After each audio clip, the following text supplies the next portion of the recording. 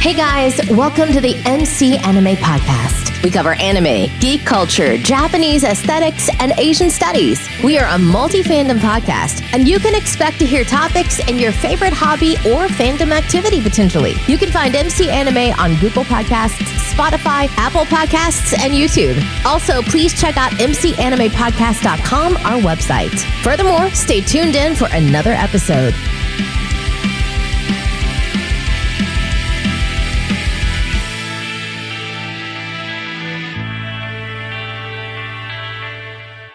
Welcome to another episode of MC Anime Podcast. MC here, and I have another special guest with me today, Alan Carroll.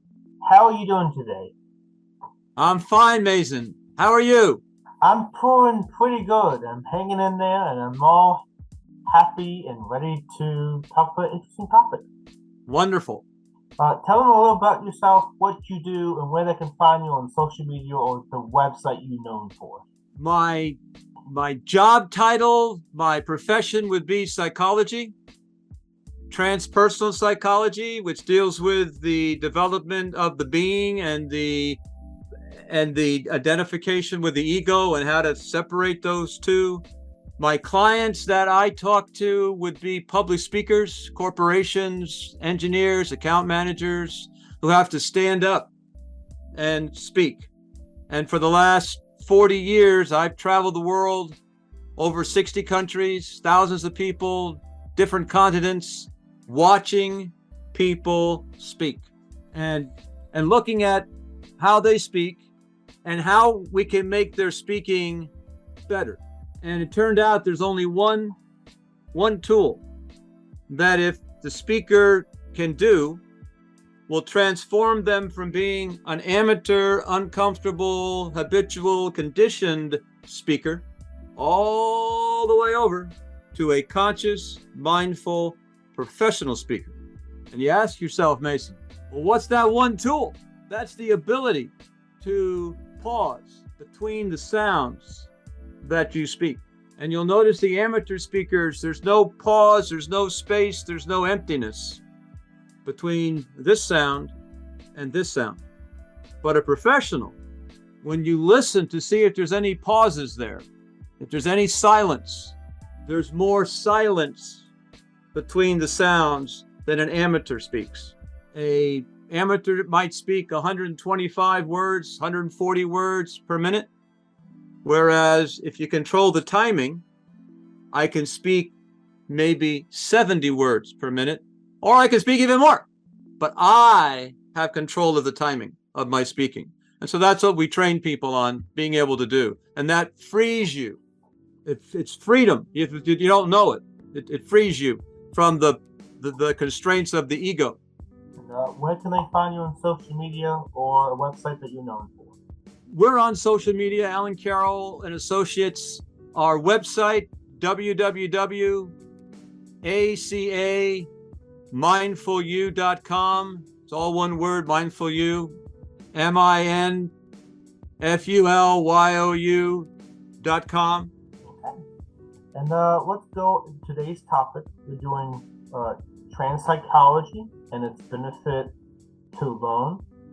And before we get into that, you can go to podcast near you, like Apple and Google Podcasts for MC Anime.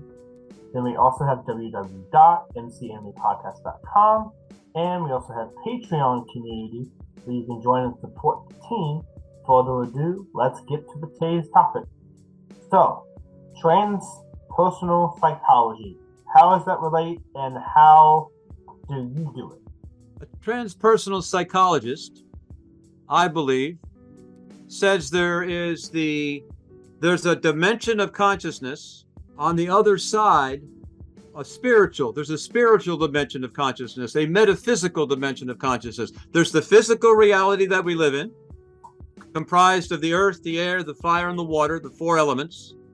Then there's a spiritual dimension of consciousness, which is found in the fifth element. The fifth element of reality is space. But you can't see space. There's a space between my hands right now, Mason. But you can't see it, you can't taste it, you can't smell it, you can't feel it, but there's a space between my hands. And when I speak, I can create that space between the sounds that I speak.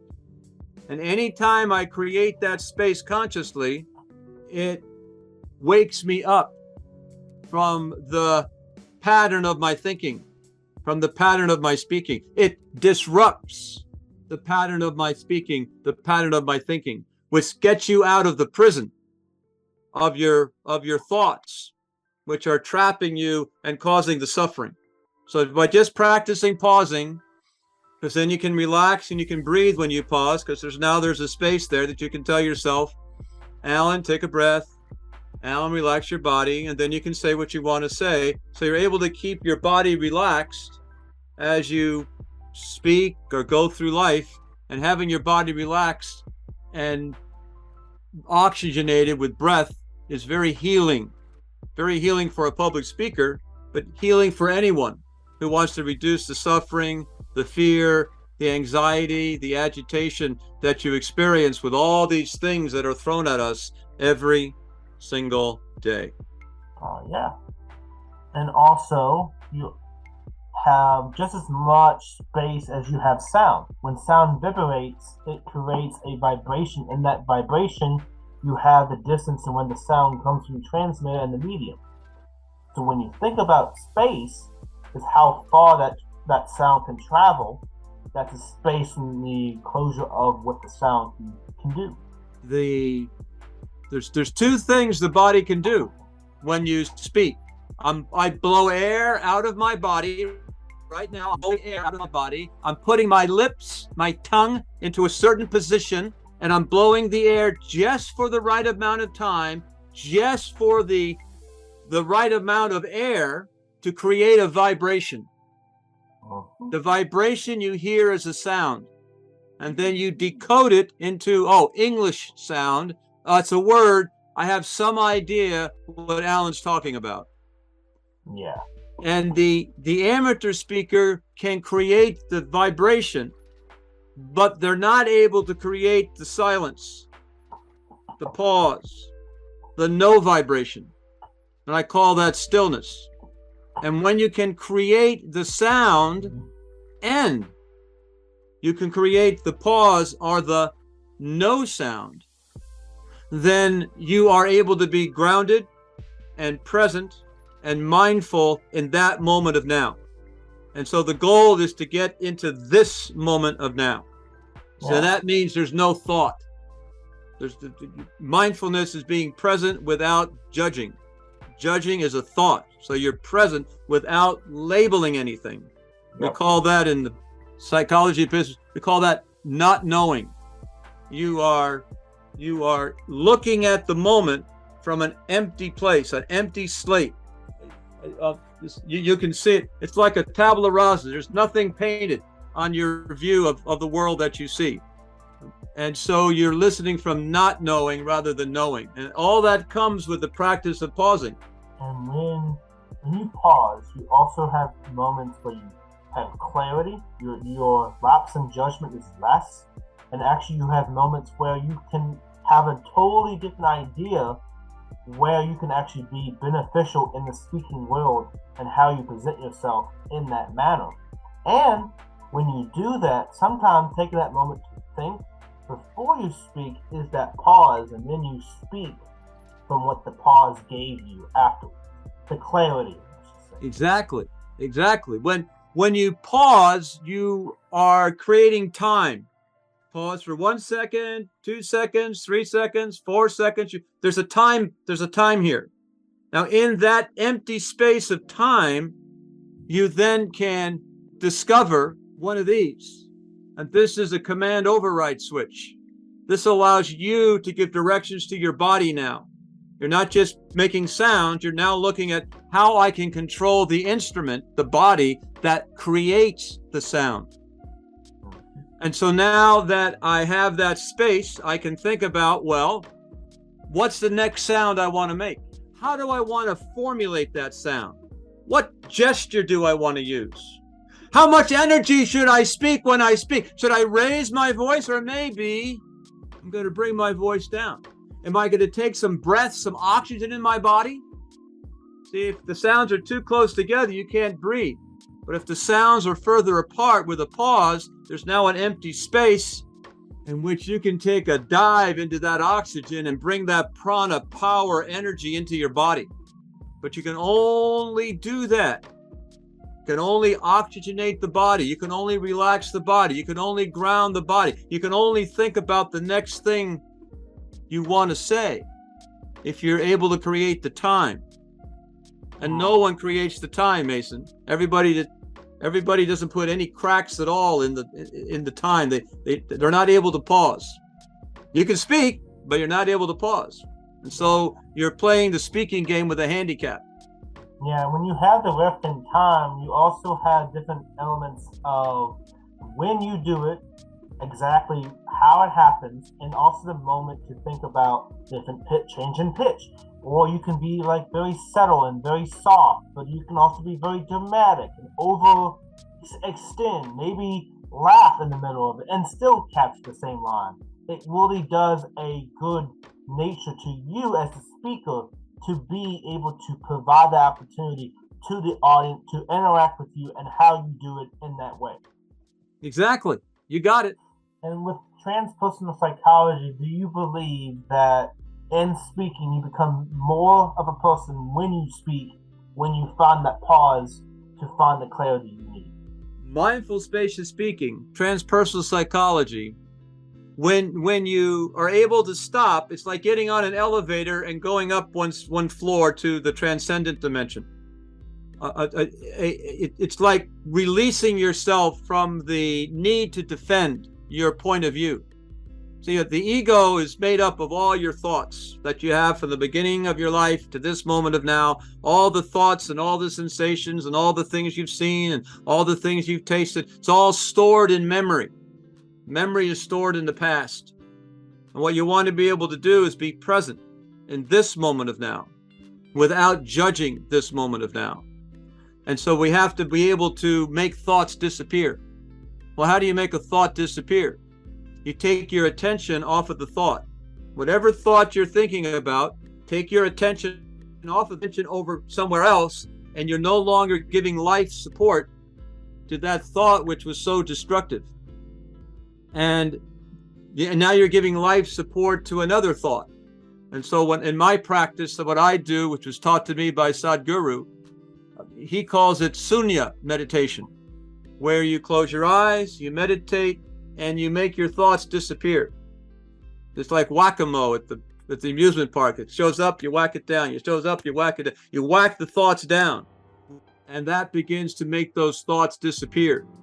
And boy, when you can make thoughts disappear, it makes you aware that, hey, I can make thoughts. I'm no longer the victim of the thoughts that I'm thinking. Well, how do you make the thoughts disappear inside your head? Don't worry about that, Mason. Make the thoughts disappear in your speaking by pausing.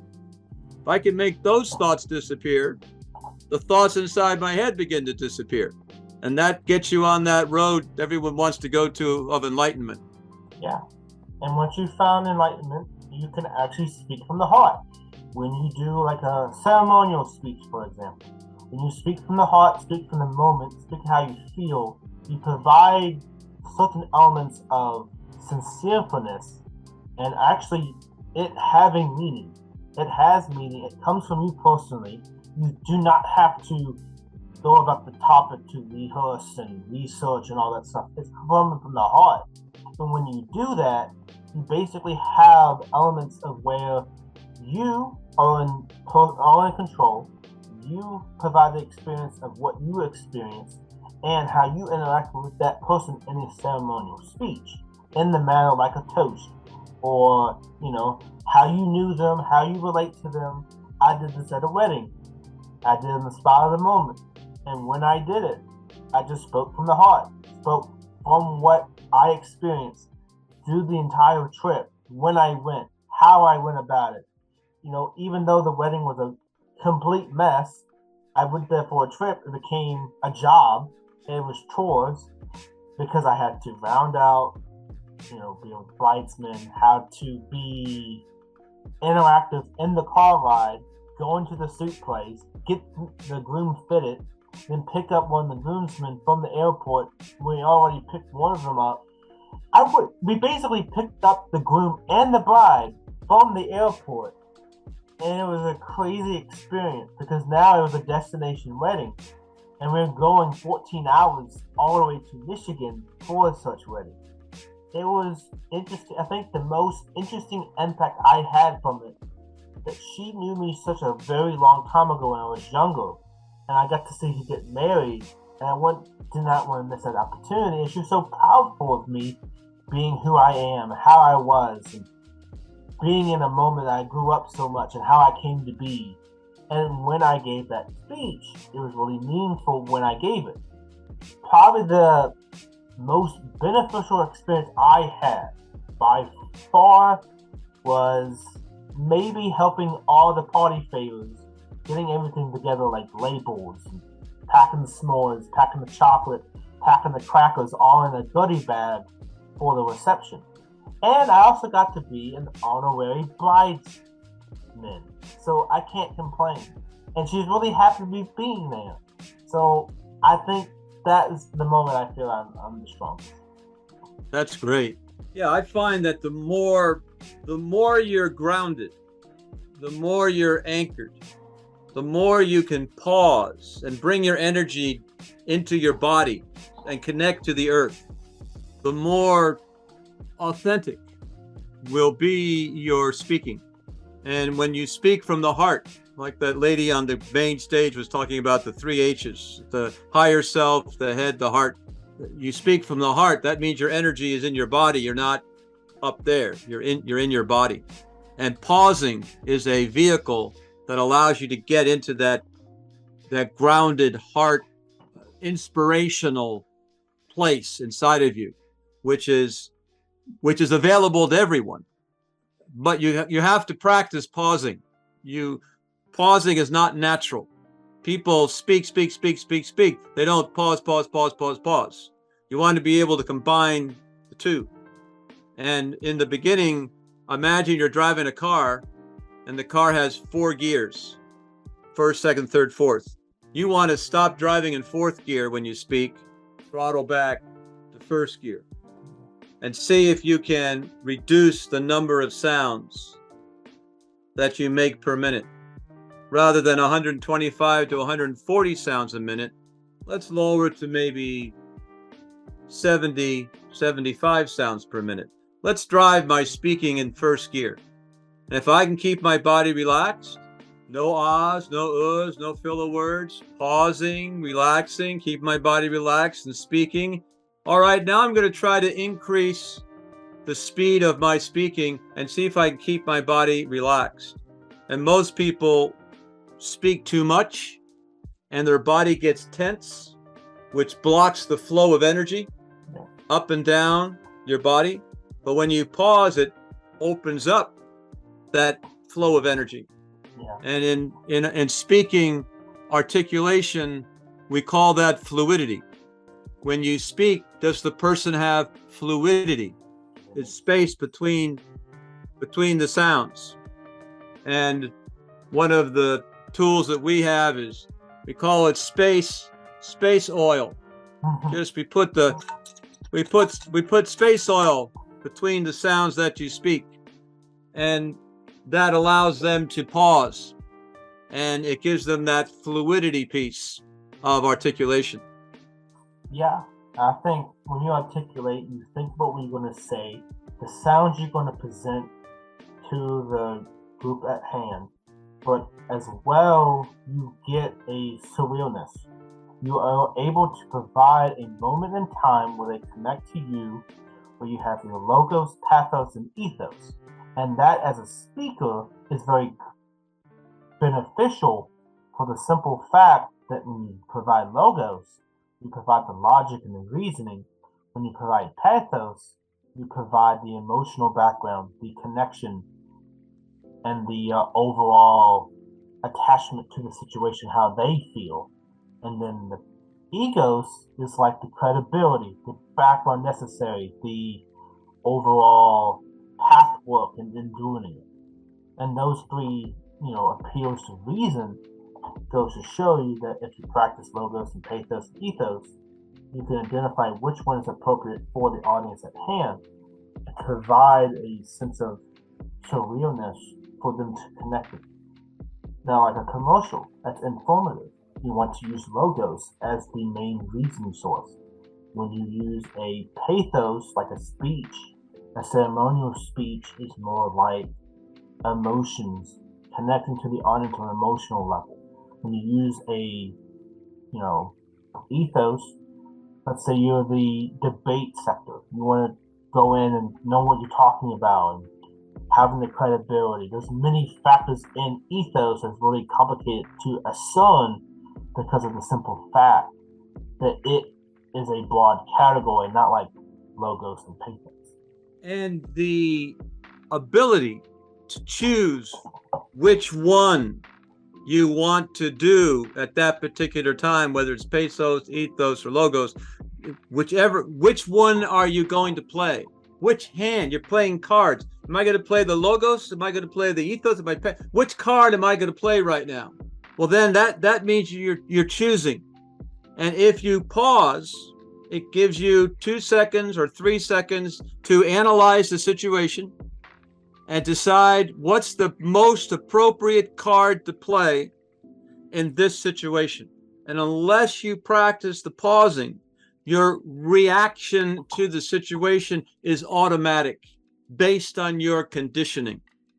Rather than if you can pause, there may be, I'm going to, wait a minute. I don't think I'm going to play that card right now. Now you can be more appropriate in what you choose, what card to play in that moment of now, how you want to speak, what you want to say. What is the purpose? What's the intention behind what you want to say? Do you have to say anything? Yeah.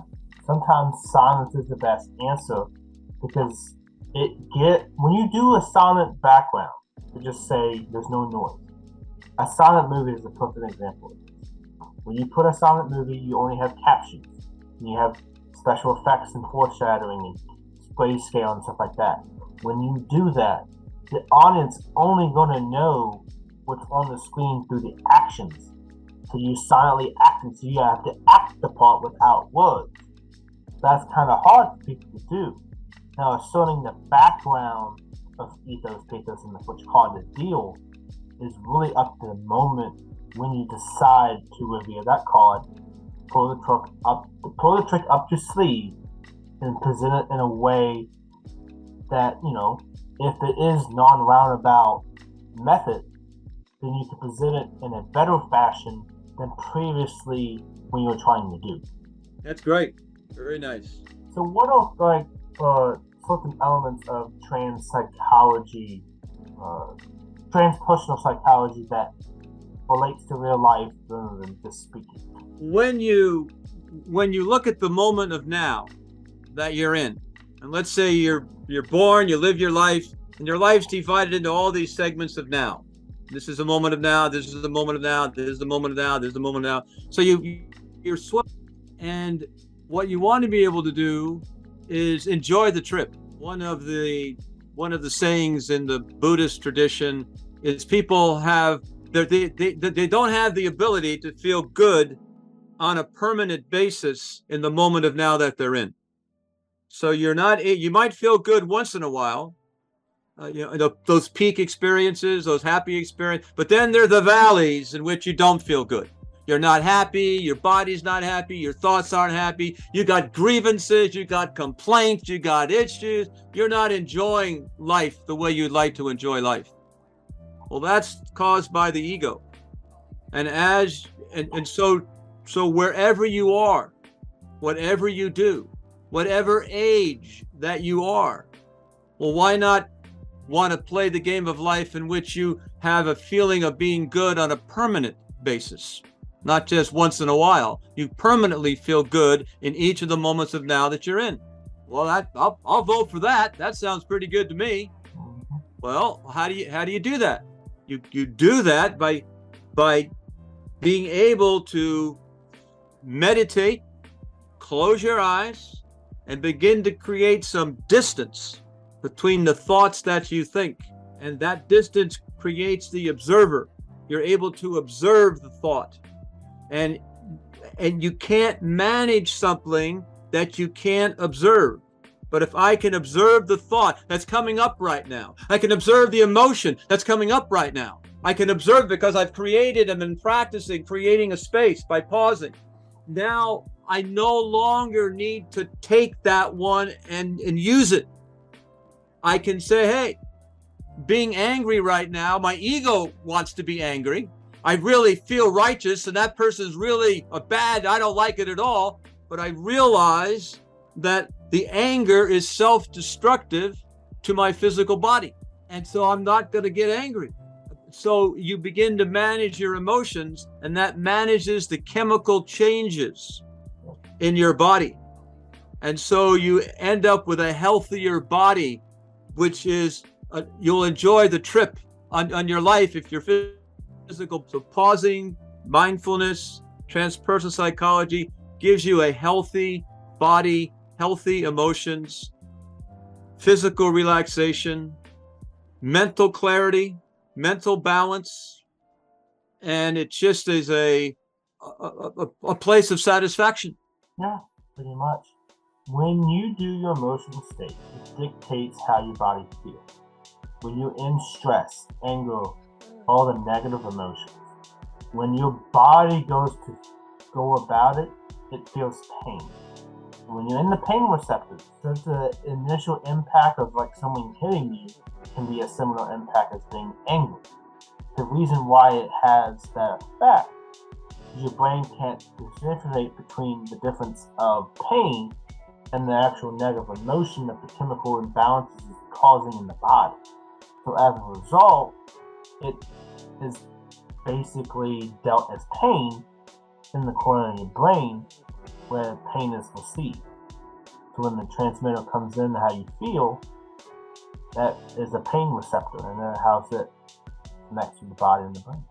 And something to add to that, Mason, is you look at the moment of now that you're in, and you take you look at the moment of now, and you paint on in your mind's eye inside your head what you see.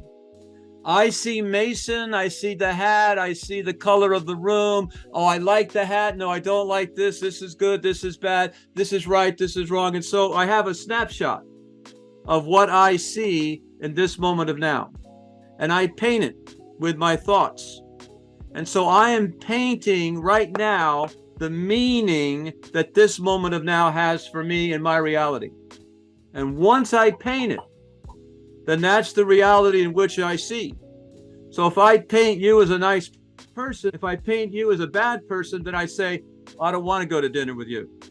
So people don't realize the power of the thinking, the power of the painting.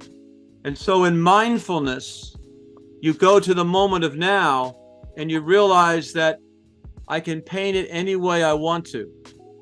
And so why not paint it with love and compassion and joy, rather than paint it with, well, I want my point of view to win, and I want you to lose, and this is good, and this is bad, this is right, this is wrong, it's appropriate, it's inappropriate. Then you live in a world of judgment.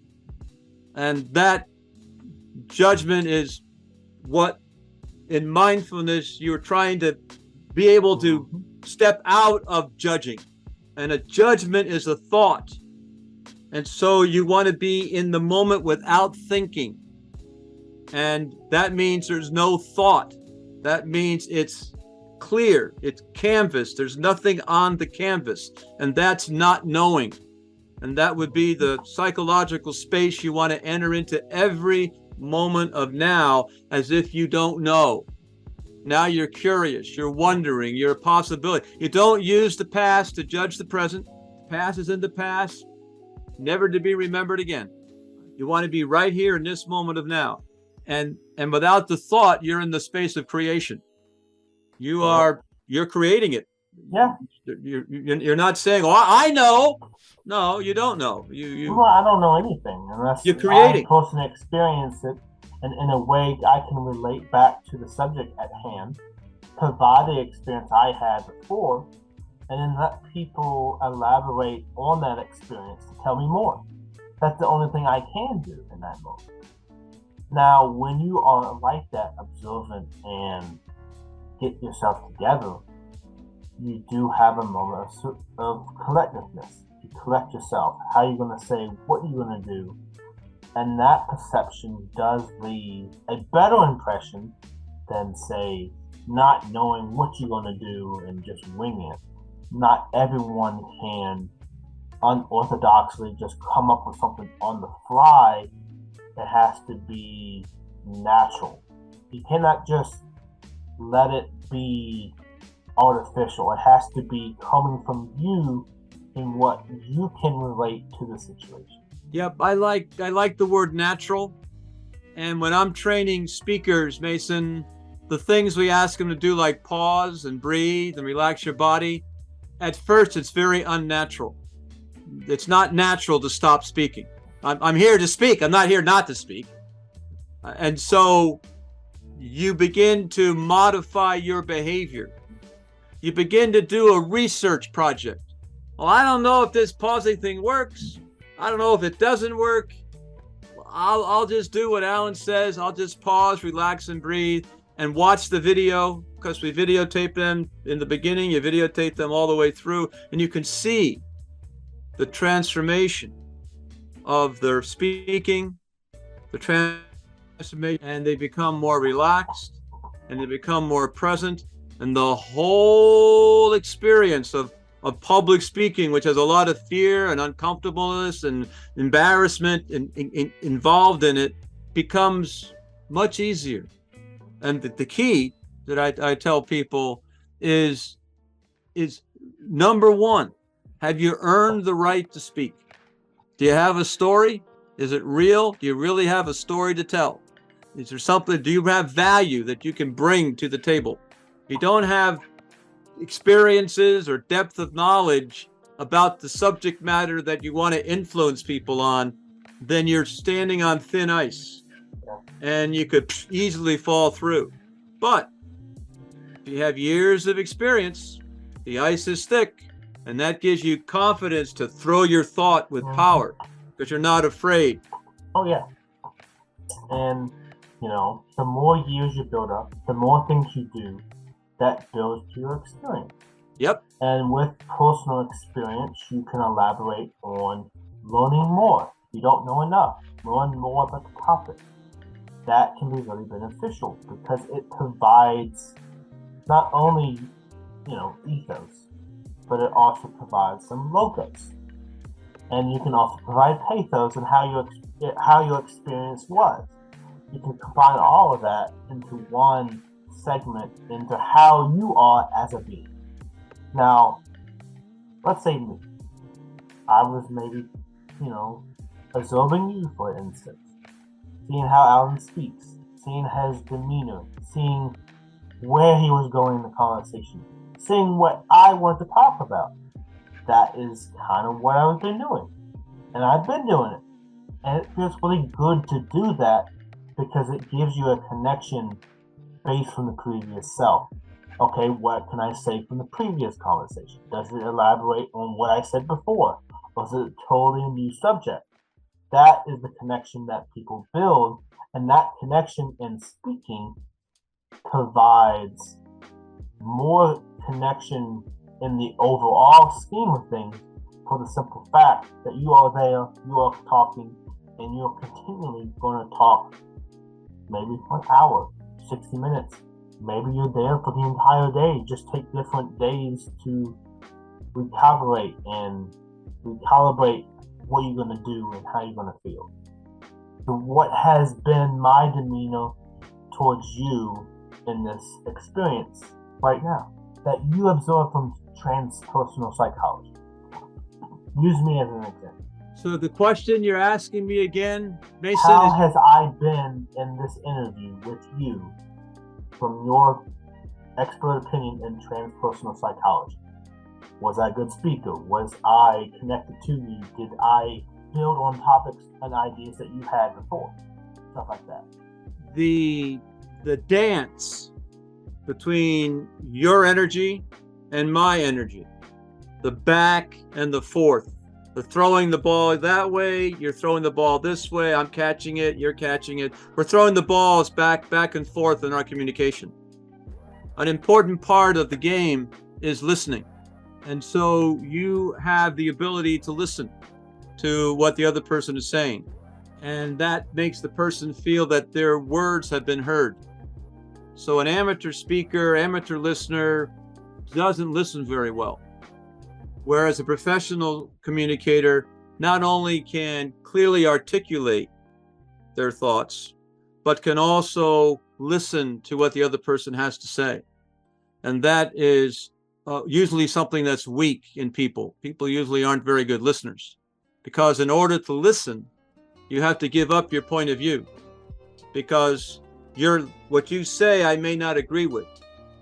And if I don't agree with it, it's a threat to my ego, my identity. And so I want to defend and tell you you're wrong and you need to fix that because it's not right.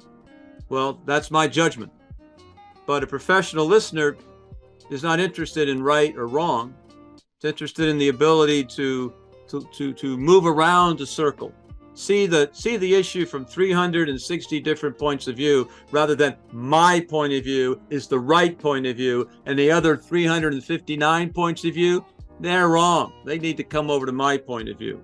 So you have the ability for that flexibility to go around the circle, which is very nice. You need to assume certain attributes of whether I'm right or am I wrong, or are you both? You can be right and wrong at the same time, for the simple fact that you might be saying something that may connect to someone, but you also might be saying it in a way that's not necessarily beneficial. You can say it in a different way, but still have the same meaning. The challenge with right and wrong is that it's often a moral issue. Yes.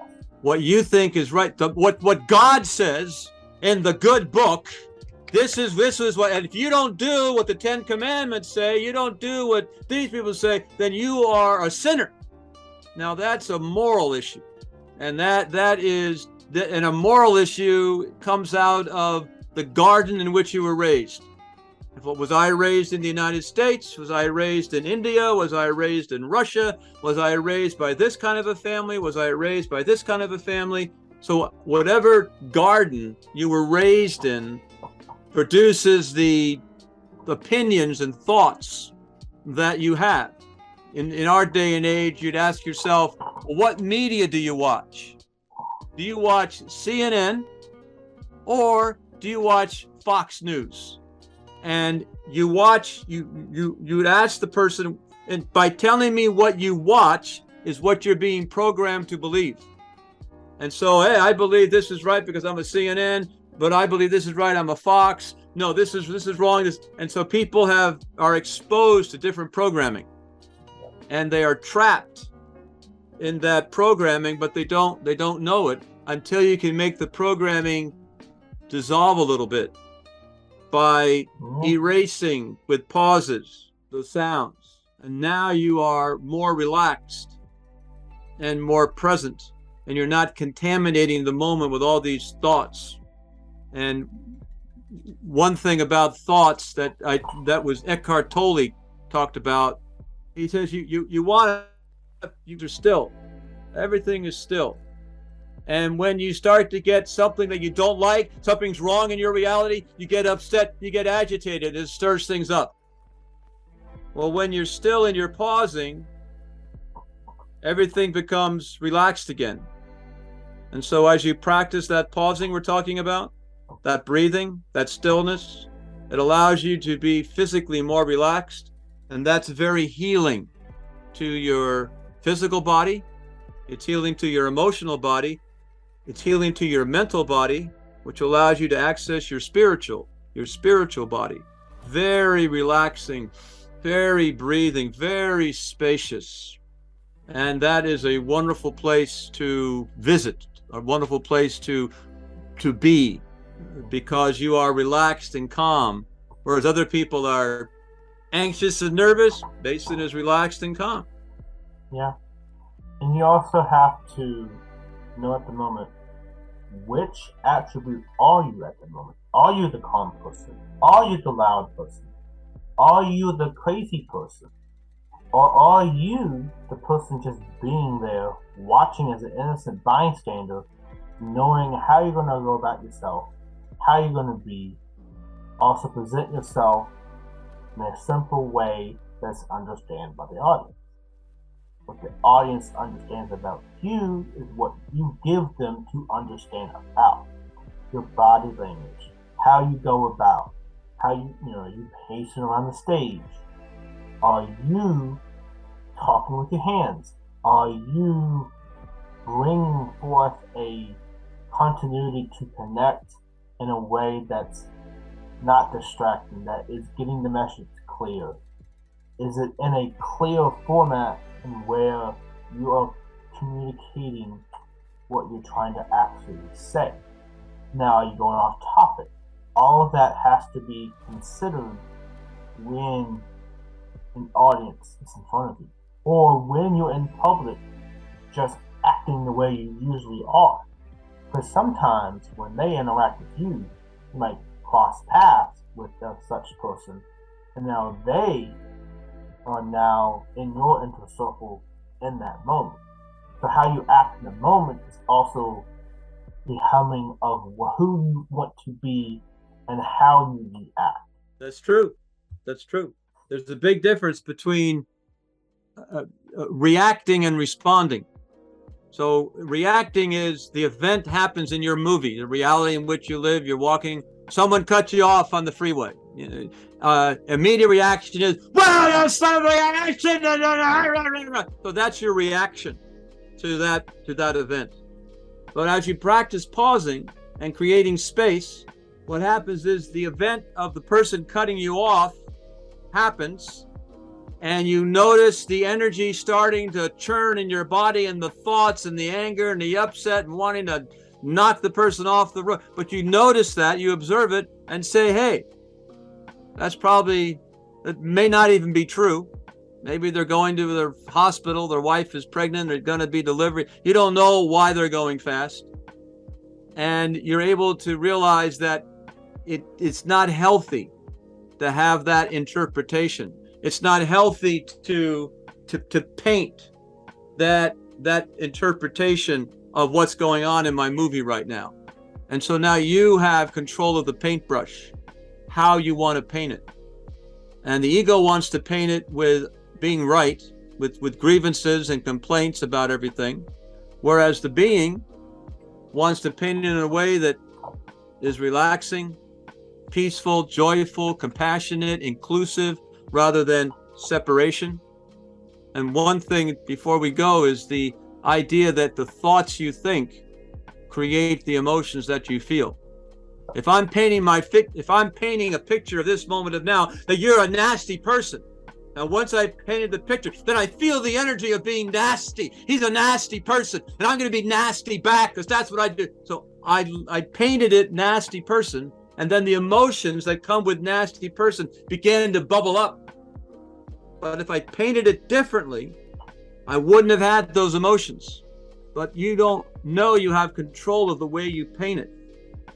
You think I know they're a nasty person. So no, they're not a nasty person, but you paint it that way. You have control of the paintbrush. Yep. I think I agree. When you're in control, you perceive how you see them, but also in that perception of you, also their perception of yourself is a two-way street. They perceive you, you perceive them, and it keeps going in a repeated cycle for the simple fact that's how we see the world. We see what is happening, and we paint the picture. We control the narrative, if we want to say that. Right. And yeah, also, the narrative's a good word. Yeah. And where we paint the narrative depicts what is actually happening. But just because you have a certain narrative, you have bias in that narrative. Yep. First-hand evidence when they use personal testimony, like the first primary text document, there's always some bias in that because the perception is not always the same as someone else's. Yep. That's why when they use primary source documents, you're going to what their background was, who they were, what they were experiencing at the time, and then you go read the document because you understand certain things what they're trying to say beforehand. Yep, that makes sense to me. So I'm in alignment. I'm in alignment with that. And is there any final thoughts as we wrap up this episode of Transpersonal Psychology and its benefits? I've been practicing the pausing technique with audiences for 40 years, and the ability to pause and create those gaps between the sounds that you speak. Just practice, 5 minutes a day in front of the mirror so it becomes more natural, and then bring those pauses into your professional speaking. For sure, when you're professionally speaking in front of audiences, not when you're at home with the family, petting the dog and cat, but when you want to articulate your thoughts, the key differentiator between the amateur speaker and the professional speaker is the ability to control the timing, the pausing of their speaking. And if you can do that, it transforms your whole narrative that you write about the moment of now, that you paint about the moment of now that you're in, and gives you power. It's like a superpower. Yep, it is. I agree with that statement. The reason is you are perceptive to what is happening. How you perceive it is how you perceive it. How the people perceive you is also their own perception. And one thing I've learned from this is to take yourself, see how you apply to them, and see how they apply to you. Yep. That will open a more clear understanding of what is going on in the present moment and your ability to react in a calm, passionate manner. Yep. You got it. As we wrap this up, I thank you for being here. Thank you. Before we go, you can go to check us out, the podcast near you, Apple Podcasts, Google Podcasts, Amazon Music, Spotify, and iHeartRadio. You can go to support us more specifically at www.mcanimepodcast.com. And you can join us on the Patreon community where we have different tiers to support the podcast. You can contribute ideas, cover art design, guest appearances, sponsorship, and more on that platform at Blog MC Anime on Patreon. And before we go, one final attempt of Alan Carroll. Where they can find you, Alan?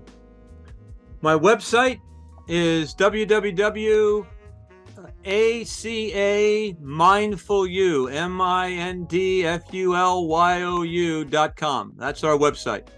All right. Thank you so much. And we're also on the social media. So Alan Carroll and Associates LLC, Instagram, LinkedIn, Facebook. We're over there too.